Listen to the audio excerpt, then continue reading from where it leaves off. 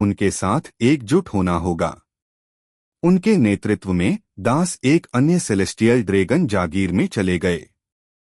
इस समय बहुत अंधेरा था, लेकिन जागीर के द्वार पर काले कपड़े पहने कुछ पहरेदार खड़े थे। ईशान और दासों के समूह को घृणा से दौड़ते देखकर पहरेदार डर गए और तुरंत उन्हें गोली मार देना चाहते थे। हालांकि ईयान की गति उनकी प्रतिक्रिया समय से तेज थी और एक चमक के साथ वह अपनी जगह से गायब हो गया। जब वह दोबारा प्रकट हुआ तो वह इन रक्षकों के पीछे आ गया था। उसकी तलवार की तेज रोशनी से कटकर दोनों रक्षक तुरंत जमीन पर गिर पड़े। दरवाजा खोलो और अंदर भागो, ईशान चिल्लाया। इसे मेरे लिए छोड़ दो। काले भालू मिंक ने आगे बढ़कर सेलेस्टियल ड्रैगन्स हवेली के भव्य द्वार पर अपनी हथेलियां पटकीं। एक जोरदार धमाके के साथ उसने द्वार को सीधे टुकड़े टुकड़े कर दिया। फाटक के ढहते ही क्रोधित दासों का समूह सेलेस्टियल ड्रैगन्स की हवेली में घुस गया। हवेली से बाहर भागते हुए पहरेदारों का सामना करते ही तुरंत युद्ध छिड़ गया। बंदूकें चल पड़ी और वे सभी पहरेदारों से उग्रता से लड़ने लगे। दूसरी ओर ईशान उनमें से कुछ को सीधे गुलाम जेल में ले गया। सेलेस्टियल ड्रैगन्स की गुलाम जेल की एक खासियत यह थी कि यह एक बड़ी इमारत थी, लेकिन पुरानी और जर्जर भी। गुलामों के रहने की जगह होने के कारण सेलेस्टियल ड्रैगन्स आमतौर पर इसकी हालत की ज्यादा परवाह नहीं करते, इसलिए इसे पहचानना आसान था। ईशान को नहीं पता था कि इस जागीर का मालिक कौन सा कुलीन परिवार है। गुलामों की जेल की ओर जाते हुए उसने हर पहरेदार और कर्मचारी को मार डाला। अंदर घुसकर उसने अपने साथ लाए गुलामों के समूह को दो में बांट दिया, कुछ को चाबियां ढूंढने का आदेश दिया और ईशान बाकियों के साथ पिंजरे खोलकर गुलामों को आजाद करने चला गया। जब वहां मौजूद गुलामों ने लोगों के एक समूह को दौड़ते हुए आते देखा तो वे सब चौंक गए, लेकिन जब उन्होंने ईशान को पहरेदारों को मारते देखा और उनके लिए पिंजरे खोलने लगे तो सभी गुलामों ने एक साथ प्रतिक्रिया व्यक्त की और जोर से जयकारे लगाए। उनकी आंखों से आंसू बहने लगे। वहां के हर गुलाम ने 11 साल पहले साहसी फिशर टाइगर द्वारा की गई बड़ी घटना के बारे में सुना है। वे जानते थे कि इस जगह से बच निकलना नामुमकिन सा लगता है, लेकिन वे यह सपना देखना नहीं छोड़ सकते कि फिशर टाइगर जैसा कोई इंसान जरूर है जो इतिहास दोहराएगा और उन्हें इस धरती के नर्क से बचाएगा। अब मानो परमेश्वर ने उनकी पुकार सुन ली हो, यह व्यक्ति सचमुच प्रकट हो गया। शुक्रिया, शुक्रिया। एक गुलाम जो अभी अभी पिंजरे से आजाद हुआ था, उसे रिहा करने वाले लॉन्गार्म्स के एक आदमी के सामने फूट फूट कर रो रहा था। मुझे शुक्रिया मत कहो। लॉन्गार्म्स जनजाति का आदमी मुस्कुराया और पीछे बैठे ईशान की ओर इशारा करते हुए बोला, अगर तुम्हें अपनी रिहाई के पीछे वाले का शुक्रिया अदा करना है तो तुम्हें सच्चे रक्षक का, उस काले कपड़े वाले आदमी का शुक्रिया अदा करना होगा। उसने ही हमें सबसे पहले आजाद किया। क्योंकि ईशान अभी भी अपना चेहरा ढके हुए था, इसलिए दासों को नहीं पता था कि उसे और क्या बुलाना है और वे उसे केवल काले कपड़े पहने हुए दानकर्ता के नाम से ही बुला सकते थे। ईशान को कोई फर्क नहीं पड़ा और वह चिल्लाया, जल्दी करो, सबको बचाओ। जो लड़ सकते हैं हथियार उठाओ और युद्ध के लिए तैयार हो जाओ। वाह! गुलाम जिन्होंने अपनी स्वतंत्रता पुनः प्राप्त कर ली थी, उत्साह से भर उठे। दासों के इस समूह में विभिन्न जातियों के कई शक्तिशाली व्यक्ति थे और सबसे उल्लेखनीय बात यह थी कि अंदर एक विशालकाय व्यक्ति भी था। अरे बड़े आदमी! ईशान ने दानव को पुकारा, क्या तुम्हारे पैर में जख्म है? दर्द नहीं हो रहा? विशालकाय आदमी के पैर में गहरी चोट लगी थी जो लंबे समय से चली आ रही थी। ईयान का सवाल सुनकर वह दांत पीसते हुए खड़ा हो गया और बोला, हे भगवान, चिंता मत करो, मैं टिक सकता हूँ। आजादी पाने के आगे यह दर्द कुछ भी नहीं है। अब से आप जहां भी इशारा करेंगे मैं वहां जाऊंगा। यह अच्छा है। तो फिर आओ मिलकर उनसे लड़े। इयान के आदेश पर दानव जोर से दहाड़ा। वह सीधा दीवार से टकराया, जिससे एक बड़ा सा छेद हो गया, और फिर उसने पहरेदारों को मारने में अगुवाई की, जबकि बाकी लोग ईशान के साथ बाहर भागे। दैत्य का शामिल होना निस्संदेह दासों के मनोबल को बढ़ाने वाला था। दो हवेलियों पर आक्रमण हो चुका था और ईशान के पीछे दासों की संख्या 200 तक पहुंच गई थी। इतने सारे लोग इस दंगे में शामिल हो गए थे और उनकी शक्ति बढ़ती जा रही थी। जब ईशान और दासों ने रक्षकों को मार डाला और उस जागीर से बाहर चले गए और वे तीसरी जागीर में जाने वाले थे, उस समय इयान के बच्चे डैन डैन मुशी ने अचानक घंटी बजाई। कनेक्ट करने के बाद नाना ने उत्सुकता से कहा, क्या आपने दिव्य ड्रैगन के दासों को रिहा कर दिया? क्या तुम्हें तो खबर मिल ही गई, क्या वहां तक फैल गई है? ईशान ने पूछा। हाँ, मैं आसपास की चीजों पर ध्यान दे रहा था। मैंने अभी अभी एक मरीन सैनिक को विश्व सरकार के पास दौड़ते हुए और खबर देते हुए देखा। नाना ने कहा। अच्छा, मैं समझ गया। लगता है मरीन जल्द ही भेज दिए जाएंगे। ईशान बोला, अब तुम्हें अपनी सुरक्षा करनी चाहिए। चिंता मत करो, मेरे पास एक सफेद डैन डैन मुशी है जो छुपकर सुनने से रोक सकती है। नाना ने कहा, मैं तुम्हें यहाँ की स्थिति के बारे में बताता रहूंगा। फोन रखने के बाद ईशान ने अपना सिर शांत किया। उसे पता था कि मरीन्स को जल्द ही पता चल जाएगा कि ये सिर्फ गुलामों का दंगा नहीं है और वे जल्द ही बड़ी संख्या में सैनिक भेज देंगे। खैर, अब उसे मरीन का ध्यान आकर्षित करने का कोई रास्ता ढूंढना होगा। ईशान ने अपनी नजरें दूर स्थित दिव्य ड्रैगन के ऊंचे निवास की ओर घुमाई। दाता, क्या हम अभी नहीं जा रहे? दास ईशान के आसपास ही रहे और एक लॉन्गार्म्स आदमी ने उसे फोन लटकाते देखकर उससे पूछा। अभी नहीं, कुछ सेकंड रुको मेरा। ईशान बोला। फिर उसने डेविल्स ब्लेड यामाटो को म्यान में डाला और अपना दाहिना हाथ ऊपर उठाया। धमाक! एक तेज सीटी के बाद यान की हथेली से एक नीली लौ फूट पड़ी। लौ फड़फड़ा रही थी और उसके अजीब रंग ने आसपास खड़े सभी गुलामों के दिलों को झकझोर दिया। वे इस लौ की तपिश महसूस कर सकते थे, इसलिए वे खुद को थोड़ा पीछे हटने से रोक नहीं पाए। ईशान ने अपना सिर उठाया, चांद की तरफ देखा, जो इस रात में ज्यादा चमकीला नहीं था, और अचानक मुस्कुराया और बोला, हर बार जब तुम चांद को देखोगे मुझे याद करोगे। 8 वाइन के प्याले। सही गलत, यह ईशान का एक उद्धरण है जब वह कोई लड़ाई जीतता है। जैसे ही उसके शब्द निकले, ईशान ने जोर से जमीन पर जोर से हाथ पटके बैंगनी रंग की लौ का एक नुकीला गोला जमीन पर आगे की ओर झुका। गुलामों की नजरों में यान की चाल की लौ सीधे सेलेस्टियल ड्रैगन के निवास तक गई और फिर इमारत की दीवार से टकराई। धमाका! जैसे ही उसने इमारत की दीवार को छुआ, 8 मदिरा के प्यालों की असली शक्ति फूट पड़ी और बैंगनी रंग की आग का एक विशाल स्तंभ फव्वारे की तरह आसमान की ओर उठा। दूर से भी कोई भी आसमान की ओर उठती लपटों के नीले स्तंभ को देख सकता था। जिस क्षण अग्निस्तंभ फूटा, सेलेस्टियल ड्रैगन्स का निवास आग की लपटों में घिर गया। बैंगनी लपटों ने पूरी इमारत को अपनी चपेट में ले लिया और फिर धधकती हुई जलने लगी। अरे बाप रे!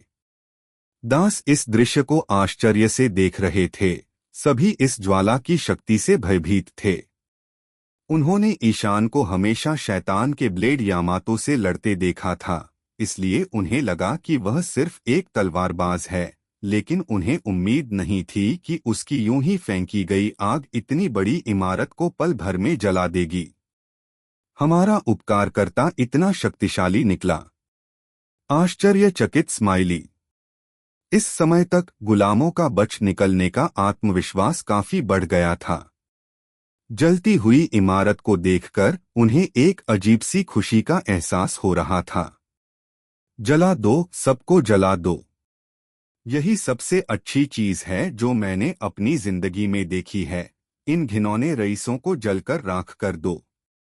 Reverse method 108 wine cup launch करते समय ईशान ने काफी नेन खा लिए थे, लेकिन उसका मौजूदा स्टैमिना पूरा था, इसलिए नेन रिकवरी की गति भी काफी तेज थी, जो शानदार था। उसने जलते हुए घर को देखा और सबको कहा, चलो। अगर मरीन आ भी गए तो वे बंट जाएंगे, उनमें से कुछ तो आग बुझाने जाएंगे। दासों को इयान का इरादा तुरंत समझ आ गया, इसलिए वे एक के बाद एक चिल्लाए और जल्दी से वहां से निकल जाने के लिए उसके पीछे चल पड़े। क्योंकि ईशान में जलाया गया घर कोई साधारण घर नहीं था, बल्कि दिव्य ड्रैगन का निवास था। ऐसे में अगर मरीन नहीं चाहते थे कि उन्हें जलाया जाए, तो उन्हें इन रईसों को बचाने के लिए कुछ सैनिक भेजने जरूरी थे। उस समय उनका पीछा करने वाले सैनिक बहुत कम होंगे। हालांकि मरीन को जनशक्ति जुटाने में समय लगा, लेकिन ईशान और गुलामों ने एक अन्य जागीर पर हमला किया और फिर इयान की ज्वाला से उसे आग लगा दी। इयान के अवतार का परिणाम यह हुआ कि मारिजोआ जल रहा था। हालांकि शहर में इमारतें कम थीं, फिर भी ऊंचे पेड़ बहुत थे। बैंगनी लपटों का तापमान बहुत ज्यादा था, जिसे बुझाना मुश्किल था। जब ये लपटें पेड़ों तक पहुंचीं, तो जल्द ही देवताओं के क्षेत्र में एक भीषण आग भड़क उठी। आग भड़कने लगी। रात में यह बहुत ही आकर्षक लग रही थी। यहां तक कि दूसरी तरफ की विश्व सरकार ने भी आग देखी। एक एक करके होटलों में रुके देशों के नेताओं को जगाया गया। पजामा पहने वे खिड़कियों के पास गए और दूर से मारिजोआ शहर का नजारा देखने लगे। फिर वे एक एक करके एक दूसरे को बुलाने लगे। क्या आप जानते हैं क्या हो रहा है? नहीं, मुझे नहीं पता। कुछ गलत है। क्या यह मूल दास विद्रोह की पुनरावृत्ति है? हाँ हाँ, शाबाश। उन्हें जलने दो उन्हें। लेकिन मुझे इस विश्व परिषद में इतनी अद्भुत चीज देखने की उम्मीद नहीं थी। आइए हम अपने लोगों से कहें कि वे इस मामले को नजरअंदाज करें। हालांकि वे इस विश्व सरकार के सदस्य थे, इसका मतलब यह नहीं कि हर देश उनके प्रति प्रतिबद्ध था। इस दुनिया की सभी समस्याओं की जड़ किसी न किसी तरह से दिव्य ड्रैगन से जुड़ी हुई थी। दरअसल विश्व सम्मेलन कई बार हो चुके हैं। अनगिनत बैठकों में कुछ लोगों ने इस श्रद्धांजलि स्वर्ण प्रणाली को रद्द करने का प्रस्ताव रखा है। हालांकि विश्व सरकार द्वारा इस मामले को सख्ती से दबा दिया गया है। इसके अलावा दिव्य ड्रैगन अत्याचारी की तरह व्यवहार करने के आदी थे। कई राजाओं को उनके सामने अहंकार से अपमानित किया गया। आगे चलकर कई देश दिव्य ड्रैगन के प्रति नाराज हो गए। इसलिए कुछ रीढ़विहीन राजाओं को छोड़कर, जो हमेशा दिव्य ड्रैगन की चापलूसी करते हैं और उनके बारे में चिंता करते हैं, अधिकांश अन्य देश केवल ठंडी आंखों वाले अच्छे प्रदर्शन थे। इस समय रेड लाइन के अंतर्गत मरीन मुख्यालय में फ्लीट एडमिरल कार्यालय में सेनगोकू उस सूचना को देख रहा था जो उसे अभी अभी प्राप्त हुई थी, और उसके सिर में तेज दर्द हो रहा था। आखिर हो क्या रहा है? उसने मेज पर मुक्का पटकते हुए कहा, 11 साल पहले वाली घटना फिर क्यों दोहराई जा रही है? हुआ यूं कि इसी विश्व परिषद के दौरान दासदंगा भड़क उठा था। गोपाल और त्सुरु और अकैनु, ये 3 लोग इस समय सेनगोकू के कार्यालय में बैठे थे। यह सुनकर गोपाल अचानक हंस पड़ा और बोला, क्या अजीब बात है, जब तक दिव्य ड्रैगन के पास गुलाम रहेंगे, देरस्वेर ऐसी घटनाएं होती रहेंगी। गोपाल सावधान। सुरु ने अपना सिर घुमाया और उससे कहा। बहरहाल गोपाल ने आगे कहा, क्या यह सही नहीं है? अच्छा, सबसे पहले मुझे ऐसे मत देखो। मरीन समुद्री लुटेरों को दबाने के लिए होते हैं, सेलेस्टियल ड्रैगन्स के गुलामों से निपटने में उनकी मदद करने के लिए नहीं। यह वाक्य सुनने के बाद सेनगोकू गोपाल की ओर देखने से खुद को रोक नहीं सका, लेकिन उसने पाया कि यद्यपि वह मुस्कुरा रहा था, उसकी आंखों में अभूतपूर्व घृणा झलक रही थी। सेनगोकू को यह भी पता था कि उस समय जब फिशर टाइगर वहां गया था और अपने दासों को मुक्त किया था, गोपाल इस तथ्य के बारे में बहुत राय रखता था कि मरीन ने अपने दासों का शिकार करने में सेलेस्टियल ड्रैगन की मदद करने के लिए सैनिकों और युद्धपोतों को भेजा था। दरअसल सिर्फ गोपाल ही नहीं, बल्कि मरीन्स के एक बड़े हिस्से ने उस साल की घटनाओं से असहमति जताई थी। मरीन्स के कई सैनिक न्याय की अवधारणा के तहत पलेबढ़े थे। हालांकि मारिजोआ की बड़ी घटना के बाद सेलेस्टियल ड्रैगन्स की अनुचित मांगों के कारण मरीन्स को फिशर टाइगर द्वारा छोड़े गए दासों को वापस लाने का आदेश दिया गया। मरीन को गुलामों का सौदागर माना जाता था। हालांकि उन्हें विश्व सरकार का आदेश था, लेकिन मरीन के ज्यादातर लोगों के लिए यह एक घिनौना काम था। इस वजह से उन्होंने अपनी गरिमा खो दी। खास तौर पर नाराज करने वाली बात यह थी कि फिशर टाइगर के पीछा करने की वजह से न सिर्फ उन्हें शक्तिशाली समुद्री डाकू समूह से फिर से लड़ना पड़ा, जिससे समुद्री सेना का भारी नुकसान हुआ, बल्कि नस्लीय तनाव भी बढ़ गया। उस दौरान विश्व सरकार और फिशर द्वीप के बीच संबंध सीधे तौर पर ठंडे पड़ गए और यहां तक कि दूसरे देशों का भी विश्व सरकार पर से भरोसा उठ गया। और यह सब सिर्फ दिव्य ड्रैगन की स्वार्थी इच्छाओं को संतुष्ट करने के लिए था। उस समय मरीन्स को पूरी तरह से सेलेस्टियल ड्रैगन्स का वफादार कुत्ता माना जाता था और सभी लोग उन्हें अंधेरे में डांटते रहते थे। आम लोगों के लिए सेलेस्टियल ड्रैगन्स की प्रतिष्ठा बस धूमिल थी। लोग मरीन्स के व्यवहार को समझ नहीं पाते थे और इस तरह की भावनाएं आसानी से छिपाई नहीं जा सकती थीं। कई मरीन सैनिक कुछ नहीं कहते, लेकिन उन्हें भी ऐसा लगता है। उन्हें लगता था कि वे मौत के आगे झुक रहे हैं और न्याय का मूल्य उनके अपने व्यवहार से टकरा रहा था, इसलिए बहुत से लोग भ्रमित थे। सेलेस्टियल ड्रैगन्स अपनी इच्छानुसार किसी भी एडमिरल को बुला सकते थे और इसी वजह से गोपाल एडमिरल बनने को तैयार नहीं था। उसे डर था कि एक दिन सेलेस्टियल ड्रैगन्स का सफाया वही करेगा। अब उसका उनकी मदद करने का कोई इरादा नहीं था और वह रिटायर होने वाला था। अब समय आ गया है, इसलिए उसने खुलकर अपने मन की बात कह दी। इसके लिए सेनगोकू गोपाल को बिल्कुल भी दोष नहीं दे सकता, लेकिन फ्लीट एडमिरल होने के नाते उसे अपनी स्थिति पर ध्यान देना होगा। वह जानता था कि मरीन को कुछ तो करना ही होगा, कम से कम दंगा रोकने के लिए तो। इसलिए उसकी नजरें अकाइनू की ओर मुड़ गईं। अकाइनू अभी भी अपनी समुद्री टोपी पहने हुए था, सिगार पी रहा था और सेनगोकू की निगाहें देखने के बाद वह सीधा हुआ और बोला, क्या आप चाहेंगे कि मैं चलूं?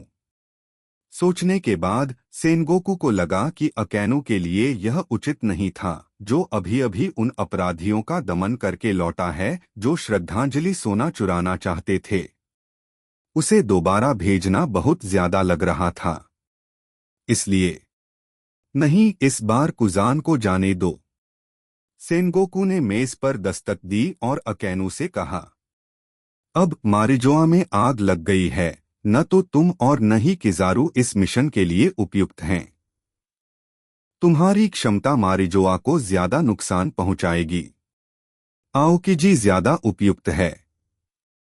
वह अब अंदर है, इसलिए वह अपनी क्षमता का इस्तेमाल आग बुझाने के लिए कर सकता है। हम उसे ऐसा करने दो। फिर अकाइनू ने घुरघुराहट की, बात करना बंद कर दिया और अपनी बाहों को पार करके सिगार पीना जारी रखा। गोपाल और त्सुरु ने एक दूसरे की ओर देखा और हल्के से मुस्कुराए। वास्तव में वर्तमान स्थिति में आओकिजी को वहां जाने देना निस्संदेह सबसे उपयुक्त था। जब तक वह भीषण आग को शीघ्रता से बुझा सकता है और मारियोआस के नुकसान को कम कर सकता है, तब तक चाहे वह विश्व सरकार हो या मरीन, उसे बचाया जा सकता है।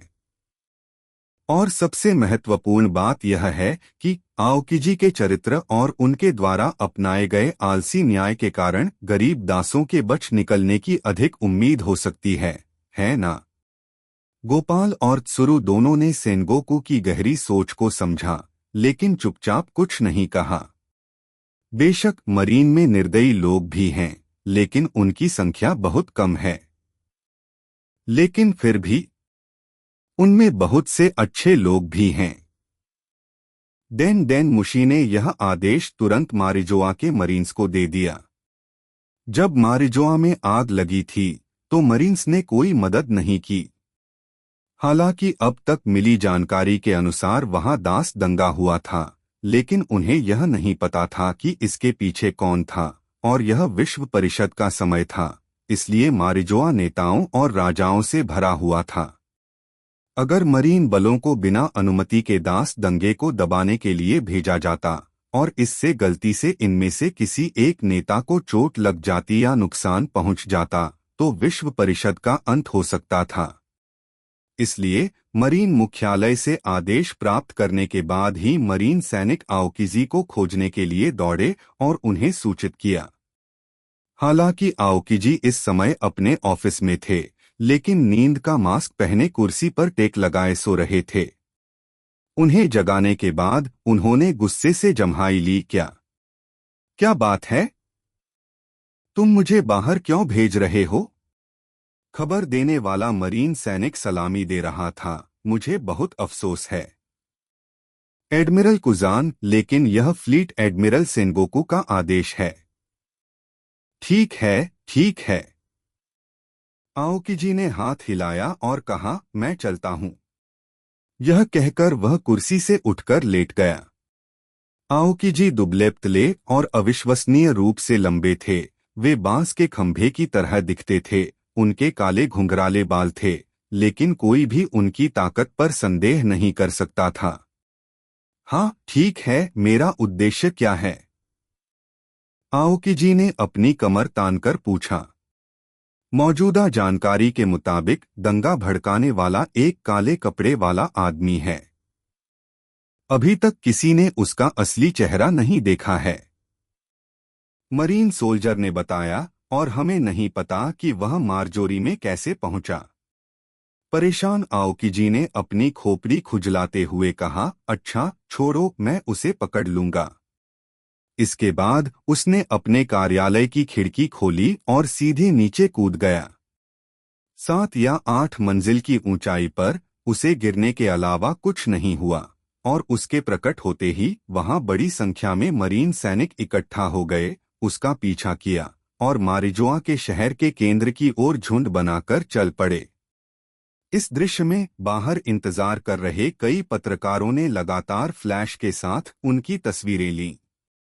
इस विश्व परिषद में न केवल नेता और उनके दल मारजोरी के पास आए, बल्कि बड़ी संख्या में पत्रकार भी इस खबर को रिपोर्ट करने आए थे। बेशक इन सभी पत्रकारों को प्रवेश से पहले विश्व सरकार द्वारा अनुमोदित किया गया था, लेकिन अप्रत्याशित रूप से विश्व परिषद को कवर करने से पहले ही उन्होंने वह दृश्य देख लिया जहां मारिजोआ में आग लग गई थी। हालांकि पत्रकारों को यह अच्छी तरह पता था कि इस बार की खबर विश्व सरकार के नियंत्रण में दबा दी जाएगी और उसका उल्लेख भी नहीं किया जाएगा, लेकिन इससे पत्रकारों के उत्साहित मूड में कोई बाधा नहीं आई, खासकर तब जब उन्होंने देखा कि मरीन ने दंगा दबाने के लिए एडमिरल आओकिजी को भेजा था। इतनी बड़ी लड़ाई में न सिर्फ पत्रकारों को, बल्कि बैठक में शामिल नेताओं को भी छिपना पड़ा। जब उन्होंने होटल के ऊपर वाली खिड़की से यह नजारा देखा, तो वे अपना सिर हिलाए बिना नहीं रह सके। अब बोरिंग हो गया है, चलो वापस चलते हैं और आराम करते हैं, उन्होंने ऐसा कहा। नाना भी मरीन्स की गतिविधियों पर नजर रख रही थीं। जब उन्होंने आओकिजी को बेस से बाहर आते देखा, तो उन्होंने ईशान से संपर्क किया और उसे स्थिति से अवगत कराया। इस समय उन्होंने सेलेस्टियल ड्रैगन्स की चौथी जागीर पर धावा बोल दिया है।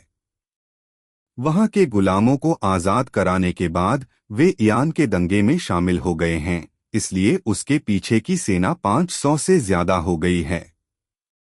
उन्होंने आओकिजी को भेजा है। नाना से खबर पाकर ईशान चिंतित हो गया।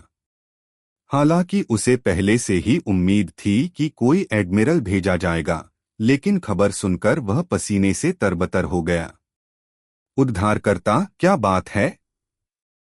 ईशान का पीछा कर रहे एक दास के हाथ में खून से लथपथ एक लंबी तलवार थी और उसने दिव्य ड्रैगन के रक्षकों का कवच पहना हुआ था।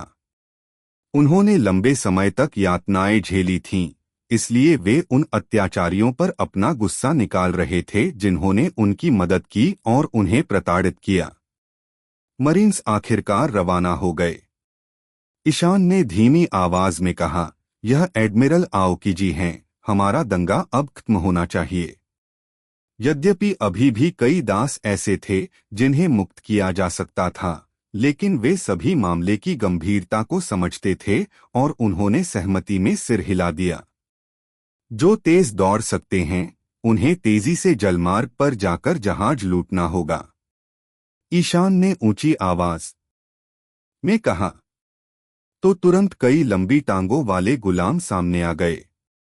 अपनी लंबी टांगों के कारण वे अच्छे धावक थे। उनके लिए पहले नाव तैयार करना ज्यादा उचित होगा। ईशान ने पहले गुलामों से पूछा था कि मारिजोआ के दूसरे छोर पर एक विशाल झरना है।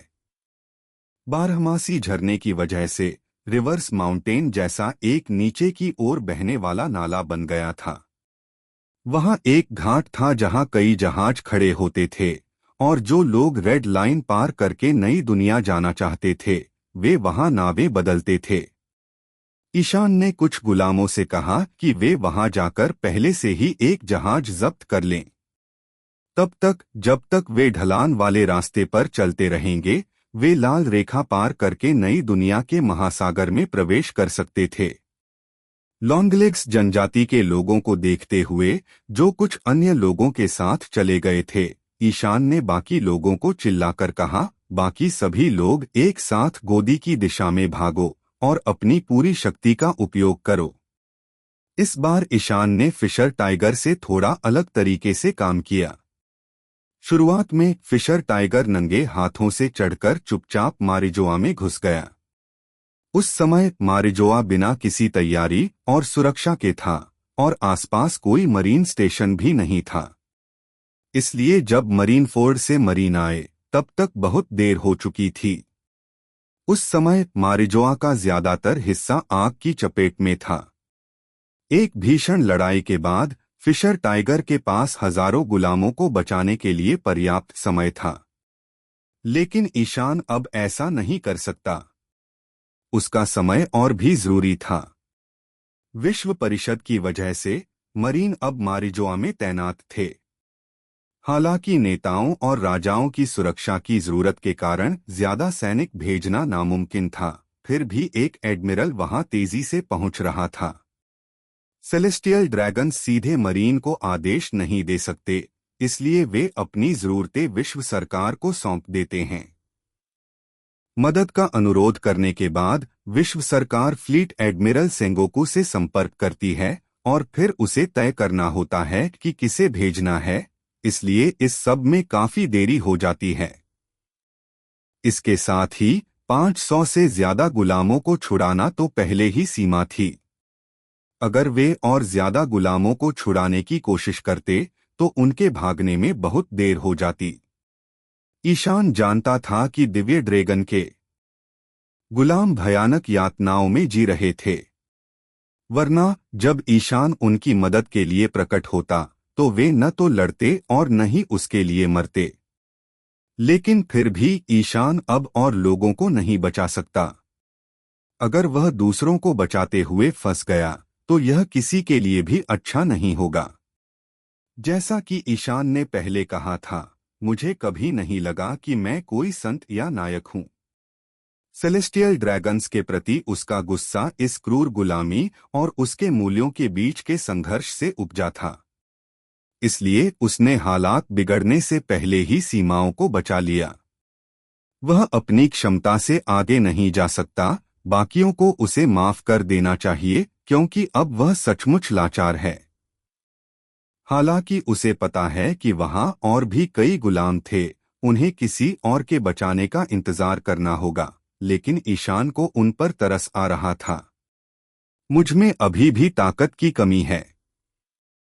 ईशान ने आह भरी, अगर वो इतना ताकतवर होता तो कोई एडमिरल भी उसके पीछे आ जाता तो उसे इतनी परवाह नहीं होती। इतने सारे गुलामों के साथ ईशान भागने लगा। उसी समय मरीन शहर के केंद्र में घुस आए। हालांकि वे आदेशों की प्रतीक्षा में देर से आए, लेकिन कार्रवाई होने के बाद भी मरीन की कार्यकारी शक्तियां बहुत ऊंची थीं। इस समय आग कई ब्लॉकों तक फैल चुकी थी और बेतहाशा जल रही थी। काले और बख्तरबंद वर्दीधारी कई कर्मचारी आग बुझाने में लगे हुए थे। यह दृश्य देखकर मरीन सैनिकों ने आओकीजी से पूछा, एडमिरल कुजान, हम क्या करें? हम आपके आदेश की प्रतीक्षा कर रहे हैं। जाओ और उनका पीछा करो। आओकीजी का बायां हाथ पतलून की जेब में था और दायां हाथ कंधे के पीछे अपना कोट उठाए हुए था। भले ही वो किसी मिशन पर था, पर वो बिल्कुल सहज लग रहा था। आदेश प्राप्त करने के बाद समुद्री सैनिकों ने सलामी दी और भागे हुए दासों का पीछा करने लगे। जबकि एओकीजी रुक गए, उन्होंने अपनी पतलून की जेब से अपना बायां हाथ निकाला और सामने लगी आग की ओर इशारा करते हुए अपना हाथ खोल दिया। उसकी उंगलियों से ठंडी हवा फूट पड़ी और फिर जमीन पर बर्फ की एक लहर आगे बढ़ गई। बर्फ समय कैप्सूल। इस बर्फ तकनीक के किसी इमारत पर पड़ते ही अचानक अनगिनत ठंडी हवाएं चलने लगीं और क्लिक की आवाज आई। इमारत अचानक जमने लगी और बर्फ ऊपर की ओर फैल गई और देखते ही देखते पूरी इमारत पर छा गई। बर्फ से ढक जाने के बाद लपटें स्वाभाविक रूप से गायब हो गईं। आग बुझाने में जुटे लोग यह दृश्य देखकर दंग रह गए। वह कैसे पलक झपकते ही धधकती इमारतों को बर्फ के ढेर में बदल सकता है? ओह, अच्छा नहीं। आओकीजी ने अपना सिर थपथपाया और कहा, पता नहीं अंदर लोग थे या नहीं। उसने अपनी खोपड़ी खुजाई, फिर आलस से कहा, भूल जाओ, इससे कोई खास फर्क नहीं पड़ता। परिणामस्वरूप उसकी हथेलियों से बड़ी संख्या में बर्फ की लहरें निकलीं, जो आसपास की सभी जलती हुई वस्तुओं पर गिरीं। उसके प्रक्षेपियों से मूल गर्म मौसम तुरंत ठंडा हो गया और बड़ी संख्या में जमी हुई वस्तुओं के कारण उसकी जगह चुभती हुई ठंडी हवा ने ले ली। आओकीजी धीरे धीरे चलते हुए आगे बढ़ गए, जिससे केवल गार्डों का एक समूह ही असमंजस में रह गया। वास्तव में जब आग लगी थी तो सेलेस्टियल ड्रैगन्स के उन अभिजात वर्ग को उनके घरों से निकालकर शरणस्थल पर ले जाया गया था। आगे बढ़ते हुए जब भी आओकीजी को कोई ऐसी जगह मिलेगी जहां आग भड़क रही होगी, तो वह अपनी ही शक्ति का इस्तेमाल करके उसे जमाकर आग बुझा देगा। सेनगोकू ने उसे इस मिशन पर भेजकर सही फैसला किया। अगर आओकीजी की जगह किजारू को लाया जाता तो वह शायद अपनी रोशनी का इस्तेमाल करके जलती हुई इमारत को सीधे उड़ा देता ताकि आग बुझ जाए। अगर अकेनो बाहर होता तो उसका मैग्मा फल आग में घी डालने का काम करता। इस समय आओकीजी ने सामने से आती हुई एक आवाज सुनी, देखने के लिए गए और देखा कि समुद्री सैनिकों का एक समूह एक युवा लड़की को घेरे हुए था। लड़की का पूरा शरीर खून से सना हुआ था और उसके कपड़े फटे हुए थे। वह जमीन पर गिर पड़ी और उसका दाहिना टखना खून से लाल हो गया था। कहने की आवश्यकता नहीं कि यह दिव्य ड्रैगन का गुलाम था। ईशान में 500 से ज्यादा गुलाम थे। हालांकि वे उस समय भाग गए, लेकिन वहां बहुत ज्यादा लोग थे। उनमें से कुछ पीछे छूट गए क्योंकि वे साथ नहीं चल पाए। भागने के दौरान लड़की एक पत्थर से टकरा गई, जिससे उसका टखना घायल हो गया और उसकी चाल पर असर पड़ा। दूसरे गुलामों ने उस पर ध्यान नहीं दिया क्योंकि उनका ध्यान भागने पर था, जिसके चलते वह मरीन्स के हाथों पकड़ी गई। बेचारी लड़की टीटी। ऐसे भागे हुए गुलामों के सामने समुद्री सैनिकों को उन सभी को गिरफ्तार करना चाहिए। लेकिन अप्रत्याशित रूप से लड़की ने डटकर मुकाबला किया। यह संगीत लगाओ वॉच VMBXCA2HZs। एक समुद्री सैनिक ने लड़की की पीठ के चारों ओर घूमकर उसे पीछे से गले लगा लिया, लेकिन लड़की ने उसके हाथ को बुरी तरह से काट लिया और उसने लगभग उसका मांस नोच लिया। मरीन सैनिक चीखा और जमीन पर पड़ी लड़की से दब गया। लड़खड़ाते हुए लड़की को समझ नहीं आया कि क्या करे, इसलिए उसने मरीन सैनिक की पीठ पर रखी बंदूक उठा ली। लड़की के हाथ में हथियार देखकर मरीन्स अचानक घबरा गए और उन्होंने लड़की को घेरने के लिए अपनी बंदूकें उठा लीं। अपना हथियार गिरा दो, एक मरीन कमांडर ने लड़की से चिल्लाकर कहा। विरोध करना बंद करो, तुम्हारा विरोध व्यर्थ है। आज्ञाकारी होकर हमारे साथ आओ। लड़की हामफती हुई बंदूक पकड़े खड़ी हो गई और कमांडर की ओर नाराजगी भरी नजरों से देखने लगी। उसका शरीर दुबला पतला था और जब वह बंदूक लेकर खड़ी होती थी तो उसका पूरा शरीर कांप रहा था और उसके होंठ सूखे और फटे हुए थे। ऐसा लग रहा था जैसे उसने कई दिनों से कुछ खाया पिया न हो। फिर भी कर्कश स्वर में उसने कमांडर से चिल्लाकर कहा, सेलेस्टियल ड्रैगन्स के दौड़ते हुए कुत्तों, तुम चाहते हो कि मैं तुम्हारे साथ वापस चली जाऊं और फिर तुम मुझे फिर से सेलेस्टियल ड्रैगन्स के पास गुलाम बनाकर ले जाओगे। दौड़ता हुआ कुत्ता एक ऐसे सिद्धांतहीन व्यक्ति के लिए एक अपमानजनक शब्द है जो अधिक शक्तिशाली और अक्सर दुष्ट विकिपीडिया की मदद करता है या उनकी चापलूसी करता है। उसकी आवाज में गुस्सा इतना तीव्र था कि एक क्षण के लिए कमांडर अवाक रह गया। लड़की ने चारों ओर देखा और पाया कि वह घिर चुकी है और भाग नहीं सकती, इसलिए उसने अपने हाथ में राइफल को देखा, दांत पीस लिए, बंदूक की नली अपने मुंह पर रख ली और अपना दूसरा हाथ ट्रिगर पर रख दिया। FFS। यह दृश्य देखकर कमांडर चौंक गया और जल्दी से हाथ हिलाकर बोला, उतावले मत हो, मेरी बात सुनो। अगर तुम वापस नहीं जाना चाहते तो हम तुम्हें जाने दे सकते हैं। हालांकि लड़की ने कहा, मैं अब कभी तुम पर भरोसा नहीं करूंगी, नहीं तुम्हारी किसी भी बात पर यकीन करूंगी। जब मुझे सेलेस्टियल ड्रैगन्स ने प्रताड़ित किया था तब तुम मरीन और परम न्यायाधीश कहाँ थे? उसकी आंखों से आंसू बह निकले।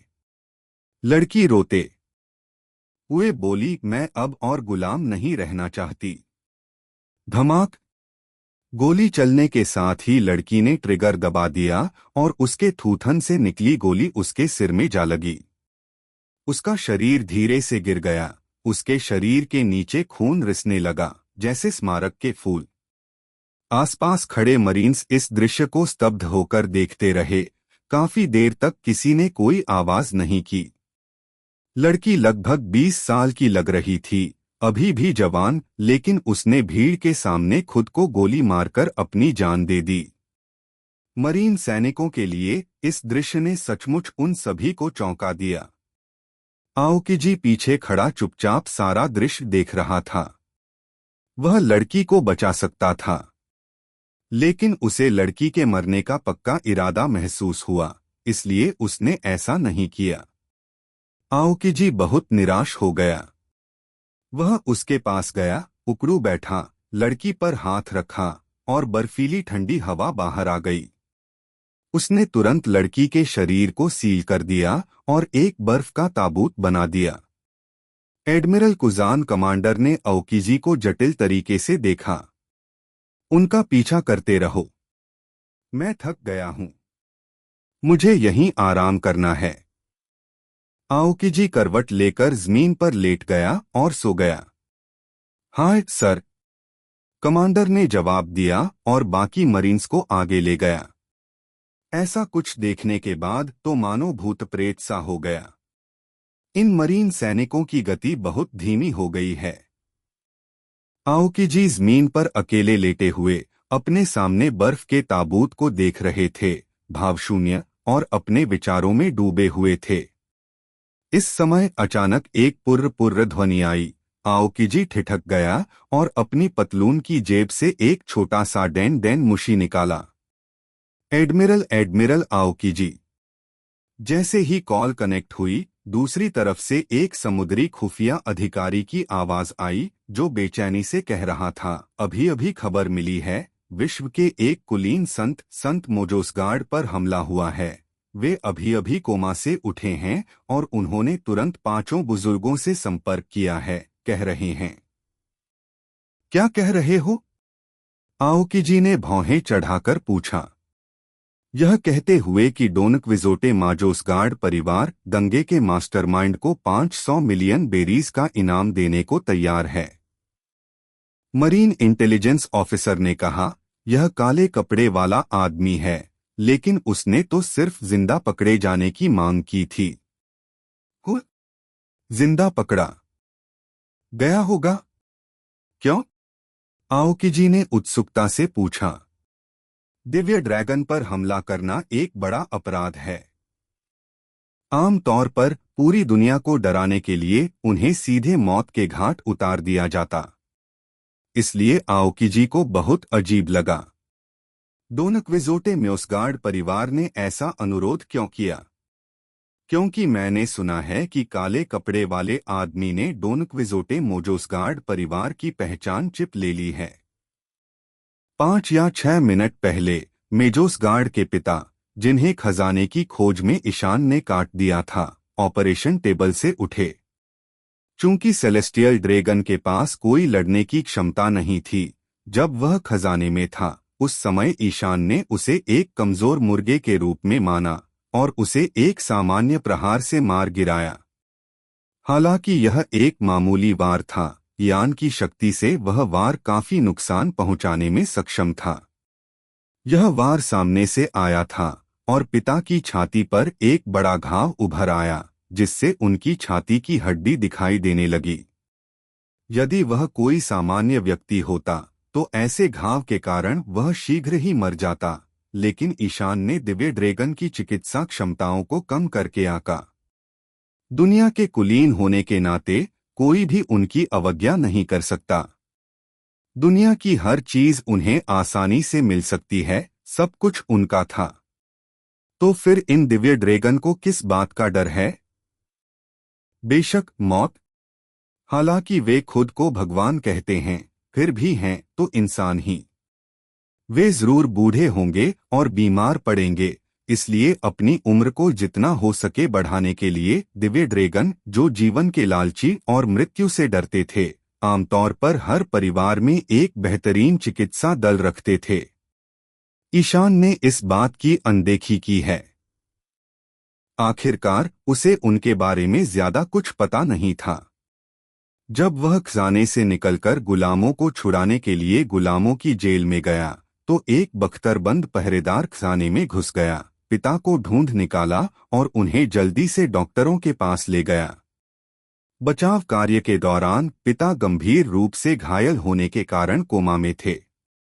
वे परिवार के वर्तमान मुखिया थे, इसलिए उस समय काले कपड़े पहने कर्मचारी और बख्तरबंद गार्ड घबरा गए थे। अगर बचाव कार्य विफल हो जाता और म्योसगार्ड के पिता की मृत्यु हो जाती, तो उन सभी को एक साथ मार दिया जाता। इस स्थिति में ये लोग मरीन को यह बताना भूल गए कि डोनक्विजोट परिवार के साथ क्या हुआ था। यही कारण था कि मरीन को मारिजोआ में किसी द्वारा गुलामों को मुक्त करने की सूचना मिली और उन्होंने दंगा शुरू कर दिया। हालांकि उपचार और उत्तेजना के बाद म्योसगार्ड के पिता अंततः खतरे से बाहर हो गए और कोमा से जाग गए। पिता ने जागने के बाद सबसे पहले अन्य दिव्य ड्रैगन परिवारों से संपर्क किया और उन्हें इस बारे में सूचित किया। दिव्य ड्रैगन बहुत ही फिजूल खर्च, कामुक और घमंडी थे। जब वे किसी सुंदर स्त्री को देखते तो उसे अपनी पत्नी बना लेते। एक दिव्य ड्रैगन 1 या 200 पत्नियों से भी विवाह कर सकता है। हालांकि ऐसी पत्नियां नाम मात्र की थीं, लेकिन असल में वे उनके लिए खिलौना थीं। सेलेस्टियल ड्रैगन्स रक्तवंश को बहुत महत्व देते हैं। इन कुलीनों से विवाह करने के लिए मजबूर की गई इन महिलाओं को गर्भवती होने पर भी बच्चे पैदा करने की अनुमति नहीं होगी। अशुद्ध रक्त के संकरों को सेलेस्टियल ड्रैगन्स द्वारा मान्यता नहीं दी जाएगी और उन्हें उनकी मां के साथ ही मार दिया जाएगा। इस तरह की बात उन निवासियों के लिए कोई रहस्य नहीं थी जो सबाउडी द्वीप समूह पर दिव्य ड्रैगन के बारे में जानते थे। उनके द्वारा वास्तव में पहचाना गया रक्त दिव्य ड्रैगन के विभिन्न परिवारों के बीच अंतर्विवाह से उत्पन्न संतानों से आता है। इस तरह के विवाह के माध्यम से वे न केवल परिवारों के बीच संबंधों को मजबूत करते हैं बल्कि रक्तवंश की शुद्धता को भी बनाए रखते हैं। मूर्ख पुत्र म्योसगार्ड शुद्ध रक्त का प्रत्यक्ष वंशज था। हालांकि उसके गूंगे बेटे को ईशान ने मार डाला था। जब पिता जागे तो उन्होंने पिछले दृश्यों के बारे में सोचा। उन्होंने महसूस किया कि उनका रक्तचाप बढ़ रहा था, उनका दिल ट्रक के इंजन की तरह धड़क रहा था। उनके प्रत्यक्ष वंशज कड़ी मेहनत से जीते गए थे और हर परिवार इसे संजोता था। अपने बेटे की मौत ने उसे जरूर दुखी किया, लेकिन एक और बात ने उसे और भी ज्यादा डरा दिया। उस समय उसने जो देखा वह यह था कि काले कपड़े पहने आदमी उसकी सबसे कीमती चीज छीन ले गया। यह डोनक्विजोटे म्योसगार्ड परिवार की पहचान का प्रतीक था। यह 800 साल पहले से चला आ रहा है। यह पूरे डोनक्विजोटे परिवार की एक दिव्य ड्रैगन परिवार के रूप में पहचान का प्रतीक है। मूल रूप से यह चीज खजाने में अच्छी तरह छिपी हुई थी। गुप्त कक्ष तंत्र को केवल दिव्य ड्रैगन के शुद्ध वंश कारक पर निर्भर करके ही खोला जा सकता था। हालांकि यह गलती से खुल गया क्योंकि ईशान ने बेटे को मार डाला था। उनकी पहचान चिप चोरी हो गई थी, जो उनके बेटे को मारने से भी ज्यादा गंभीर थी, क्योंकि एक बार पहचान चिप खो जाने के बाद जोसगार्ड परिवार को अन्य सेलेस्टियल ड्रैगन द्वारा मान्यता नहीं दी जाएगी और इसे मारिजोआ से निष्कासित किए जाने की संभावना है। वह पहले से ही महान जीवन के आदी थे। एक बार जब उन्हें मारिजोआ से निष्कासित कर दिया गया तो यह किस तरह की त्रासदी होगी, उसे इसके बारे में सोचने की जरूरत नहीं है। इसका एक सच्चा उदाहरण था। उसके रिश्तेदार संत डोनक्विजोटे होमिंग्स परिवार एक सच्चा सबक थे। दो फ्लेमिंगोस परिवार और इससे भी अधिक ऐसा प्रतीत होता है कि पहचान चिप का सेलेस्टियल ड्रैगन्स के राष्ट्रीय खजाने से कुछ लेना देना है। इसलिए चाहे जो भी हो, पहचान चिप को पुनः प्राप्त किया जाना चाहिए। म्योसगार्ड के पिता ने पहली बार विश्व सरकार से संपर्क क्यों नहीं किया? इसकी वजह यह थी कि उन्होंने अन्य दिव्य ड्रैगन कुलपिताओं से संपर्क करके उनका समर्थन प्राप्त किया। उनके बीच विवाह के कारण दिव्य ड्रैगनों के बीच का रिश्ता जटिल और अटूट था। म्योसगार्ड परिवार की पहचान चिप चोरी होने की बात जानने के बाद अन्य परिवार बहुत नाराज हुए, लेकिन विश्व सरकार पर दबाव डालकर वे उसकी मदद करने के लिए तैयार हो गए। यही कारण था कि ओकीजी को अभी फोन आया और उन्हें इसकी जानकारी दी गई। 500 मिलियन बेरीज का इनाम और उसे जीवित पकड़ने की शर्त सेलेस्टियल ड्रैगन द्वारा रखी गई थी, क्योंकि उन्हें डर था कि काले कपड़े वाला आदमी पहचान चिप छिपा लेगा। इसलिए वे उसे पकड़ना चाहते थे और तब तक यातना देना चाहते थे जब तक वह चिप वापस नहीं ले लेता। पूरी कहानी सुनने के बाद आओकीजी सीधा हुआ, जमीन से उठा, हाथ मिलाया, अपनी जैकेट पहनी, बगल में रखे बर्फ के ताबूत को देखा और धीमी आवाज में खुद से कहा, यह तो वाकई हिम्मत है। मैं यहीं रुकना चाहता था, इस लड़की को देखना चाहता था और तुम्हें थोड़ा आगे जाने देना चाहता था, लेकिन चूंकि तुमने ऐसा किया है तो तुम मुझे दोष नहीं दे सकते। मरीन के 3 एडमिरलों में शायद सिर्फ आओकीजी का न्याय ही सबसे ज्यादा तर्कसंगत था। ओहारा की घटना के समय आओकीजी ने एकमात्र जीवित बची निकोल ऋतु को छोड़ देने का फैसला किया था, और इस बार जब उसने देखा कि दासी मरीन पर भरोसा नहीं कर पा रही है और उसने खुद को गोली मार ली तो आओकीजी ने एक और विकल्प चुना। उसने पीछा करना बंद कर दिया और दासियों को थोड़ा भागने का समय देना चाहा। हालांकि दासी ने आराम के लिए जो समय खरीदा था वह इस फोन कॉल के कारण बाधित हो गया। यह एक साधारण गुलाम विद्रोह से लेकर दिव्य ड्रैगन पर हमले तक विकसित हो गया है, इसलिए आओकीजी अब आलसी नहीं रह सकता। हालांकि वह दयालु था, लेकिन मरीन के एडमिरल के रूप में उसकी स्थिति ने उसे उसी के अनुरूप प्रतिक्रिया देने के लिए मजबूर किया। हालांकि आपको वास्तव में एक अच्छा ताबीज मिला है, आओकीजी ने धीरे से कहा, अपनी गति तेज कर दी और आगे बढ़ गया। दरअसल पहचान चिप न सिर्फ एक जीवन रक्षक टोकन थी, बल्कि इस समय ईशान के लिए एक ताबीज भी थी। पकड़ने की मांग के चलते आओकीजी ईशान को मार नहीं सकता, क्योंकि उन्हें पहले सेलेस्टियल ड्रैगन चिप का